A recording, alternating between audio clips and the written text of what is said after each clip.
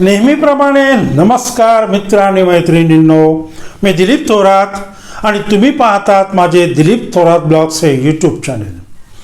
मित्रांनो, जर चॅनेलवर नवीन असाल तर चॅनेलला सबस्क्राईब करा आणि व्हिडिओ आवडला तर व्हिडिओला लाईक शेअर करा आणि त्याचबरोबर बेल आयकॉनचं बटन दाबा, म्हणजे माझे जे काही सगळे व्हिडिओ असतील ते सर्वप्रथम तुमच्यापर्यंत येऊन पोहोचतील. मित्रांनो, आजचा हा जो काही आपण व्हिडिओ पाहणार आहोत, जी काही सत्य घटना पाहणार आहोत, ही आहे ओडिसा राज्यामधली. आता ह्या घटनेसाठी आपल्याला ओडिसा राज्यामध्ये जावं लागणार आहे. तर मंडळी, मरण म्हणजे काय रे भाऊ या सदरात जी सत्य घटना आपण पाहतोय त्या सत्य घटनेचं नाव आहे जिवंत गाडण्याचा प्रयत्न.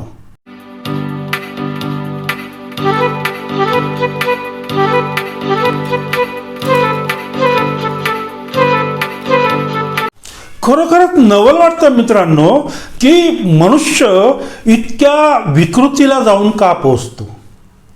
ही जी काही मनुष्यामधली जी काही विकृती आहे ती विकृती माणसाला अगदी मरणाच्या दारापर्यंत नेऊन पोहोचवते आणि तरीही माणूस ह्या विकृतीला कवटाळत असतो. तर आता आपल्याला पाहायचंय हा एका 2-3 माणसांमधला विकृतीचा उच्चांक कसा झाला ते आपल्याला आज या व्हिडिओमधून पाहायचंय. त्यामुळं मंडळी, व्हिडिओ शेवटपर्यंत नक्की पहा. तर या ओडिसा राज्यामध्ये जगतपूर नावाचा एक जिल्हा आहे आणि या जगतपूर नावाच्या जिल्ह्यामध्ये एक गाव आहे, त्याचं नाव आहे बनशपुरा. आणि या बनशपुरा गावामध्ये 2 भाऊ राहत असतात. एका भावाचं नाव आहे भाग्यधर दास आणि दुसऱ्याचं नाव आहे पंचानन दास. हे 2 भाऊ तिथे राहत असतात. कामधंदा चालू आहे, घर संसार सगळं व्यवस्थित चालू आहे. पण मंडळी, ही मंडळी जी काही आहेत ना 2 भाऊ, हे विकृत आहेत आणि ह्यांच्या विकृतीचा उच्चांक गाठवण्यासाठी त्यांना मदत करत असतो तो त्यांचा एक मित्र. आता काय होतं की हा जो मित्र आहे, या मित्राच्या नजरेला परिसरातली एक अल्पवयीन मुलगी नजरेला पडते. अल्पवयीन म्हणजे 9वी-10वी मध्ये 15-16 असं 14-15-16 या वयाची मुलगी नजरेला पडते आणि ती त्याच्यात नजरेच भरल्यानंतर हा जो काय मित्र आहे तो या मुलीला वश करण्याच्या पाठीमागे लागत असतो. पण मुलगी काय त्याला सपोर्ट करत नाही, मुलगी लांबच पळते आणि याला मात्र ती मुलगी पाहिजे असते. त्याने अनेक वेळा प्रयत्न केला मित्रांनो, पण तो काही सक्सेस झाला नाही. आणि मग शेवटी त्याने काय शोधलं की त्याला शेवटी शोधावी लागली, ती विकृती शोधावी लागली. मग आपल्या गावामध्ये विकृत माणसं कोण आहेत तर हे भाग्यधर दास आणि पंचानन दास, हे 2 भाऊ आहेत, हे विकृत आहेत. हे यासाठी आपल्याला मदत करू शकतील असं त्याच्या कुठंतरी डोक्यात आलं आणि तो तडक निघाला. या 2 भावांना येऊन भेटला आणि या 2 भावांना त्यांनी सगळी कथा सांगितली.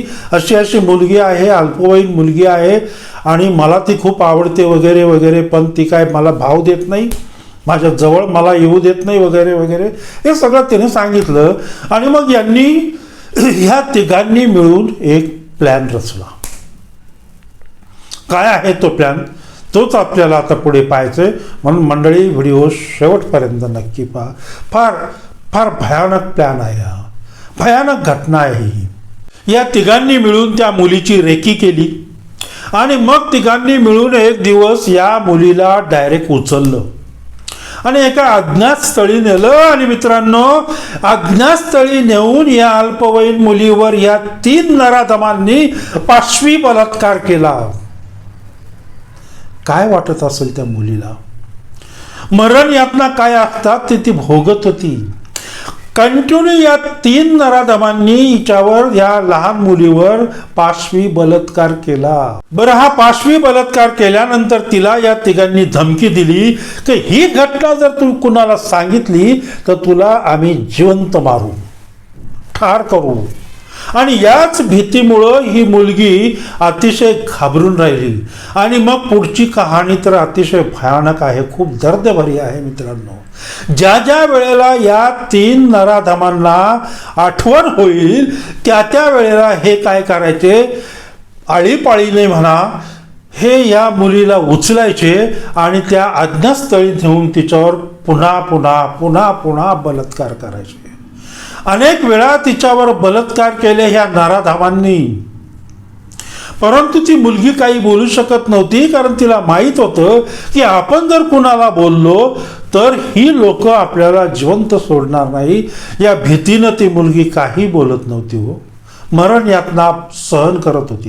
हे असे अत्याचार दीर्घकाळ चालत राहिले, दीर्घकाळ चालत राहिले. हे लैंगिक शोषण या अल्पवयीन मुलीचं हे दीर्घकाळ चालू राहिलं. आणि पुढे काय झालं मित्रांनो, की ही जी अल्पवयीन मुलगी होती ही गर्भवती राहिली. तिच्या शरीरामध्ये होणारे जे काही बदल आहेत ते तिला जाणवायला लागलं. आणि मग कुठेतरी ही मुलगी घाबरून गेली की ती 5 महिन्याची गर्भवती होती. किती? 5 महिन्याची. आणि त्यामुळं शरीरात होणारे जे काही बदल आहेत त्या बदलामुळं ही मुलगी अतिशय घाबरून गेली. आणि ही मुलगी गरोदर आहे हे या तिघांना समजलं, त्यामुळं तेही घाबरून गेले. कारण आता ही बला टाळायची कशी, ही बला संपवायची कशी, हाच विचार ही लोक करू लागली. आता जसं यांना तिघांना कळालं की ही मुलगी गर्भवती आहे, त्या काळामध्ये त्या मुलीच्या शरीरामध्ये जे काही बदल झाले तीही घाबरली. आणि त्यामुळं त्या मुलीने हातपाय हलवायला सुरुवात केली मित्रांनो. तिने कुणाच्या तरी अगदी जवळच्या नातेवाईकाला ही घटना सगळी सांगितली. ही अशी 3 लोक माझं लैंगिक शोषण करतायत आणि त्याच्यामधून मी या गर्भवती राहिलेले 5 महिन्याची. हे जवळच्या नातेवाईकाला सांगितल्यानंतर यांची सुरुवात झाली, मग यांना काहीतरी पकडायला पाहिजे. पण हे जे काही 3 मंडळी होते, हे जे काही 3 नराधम होते, यांनी एक प्लॅन केला का जर हिला जिवंत सोडलं तर ही नक्कीच आपल्याला ही बला आपल्याला जेलची हवा चाखण्यास मजबूर करील. त्यामुळं त्यांनी एक प्लॅन तयार केला की हिला संपवायचं. आता ते कसं संपवायचं ते पुढे ऐका. आता एक दिवस या मुलीला उचलायचं, तिच्यावर पुन्हा एकदा बलात्कार करायचा 5 महिन्याची गरोदर असताना सुद्धा, आणि तिला जिवंत एका खड्ड्यात गाडायचं, अशी क्रूर कल्पना या तिघांच्या डोक्यात आली. मुळामध्येच ते विकृत होते. मी मगाशीच म्हटलं ही विकृत मंडळी होती. आणि त्यामुळं त्यांच्या डोक्यामध्ये काय आलं की हिला जिवंत गाडायचं. खड्डा बिड्डा सगळा तयार झाला आणि तो दिवस मक्रूर झाला. तिला जर काही गाडायचं होतं जिवंत, तो दिवस ठरला. आणि नेहमीप्रमाणे या 3 हैवानांनी, या 3 विकृत असलेल्या लोकांनी या मुलीला उचललं आणि या खड्ड्यापर्यंत आणलं. पण या मुलीने हातपाय हलवलेले होते, तिला याच्यातून वाचायचं होतं.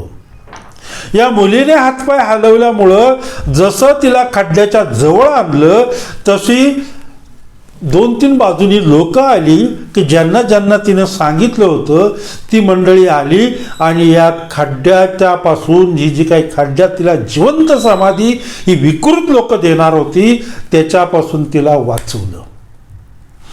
मंडळी, बातमी गेली पोलीस स्टेशनपर्यंत. पोलीस स्टेशनला गुन्हा दाखल झाला या तिघांवर. त्याच्यामध्ये जे काही 2 भाऊ होते, भाग्यधर दास आणि पंचानन दास, या 2 भावांना पोलिसांनी अटक केली. आणि तिसरा त्यांचा जो मित्र आहे तो मित्र मात्र फरार आहे मंडळी. तो सापडणारच. पोलिसांच्या तावडीतून कोणीही सुटू शकणार नाही, एकही अपराधी सुटू शकणार नाही, तो सापडणारच. वाचलं, मुलीचं आयुष्य वाचलं, मुलीचा जीव वाचला. पण आता काय? या पोलिसांनी त्या मुलीला एका शासकीय रुग्णालयामध्ये दाखल केलं. पण तिचं आयुष्य आता किती कठीण होणार आहे याचा विचार केला का? प्रचंड कठीण होणार आहे. मंडळी, आता पोलीस यांचं चार्जशीट तयार करतील, ते कोर्टापर्यंत नेतील पोलीस लोक यांना, आणि कोर्ट जे काही शिक्षा देईल ती होईल. पण या मुलीचं आयुष्य बरबाद झालं मंडळी. मित्रांनो, आता इथेच थांबूया. मी लवकरच येतोय तुमच्या समोर एक नवीन सत्य घटना घेऊन येणाऱ्या रविवारी. तोपर्यंत पाहत राहा दिलीप थोरात ब्लॉग्स हे यूट्यूब चॅनेल. आणि मंडळी, चॅनेलला सबस्क्राईब मात्र नक्की करा. तुमच्या सबस्क्राईबमुळे मी अजून पुढे जाऊ शकतो, मला अजून व्हिडिओ बनवण्यासाठी उत्साह येऊ शकेल. धन्यवाद.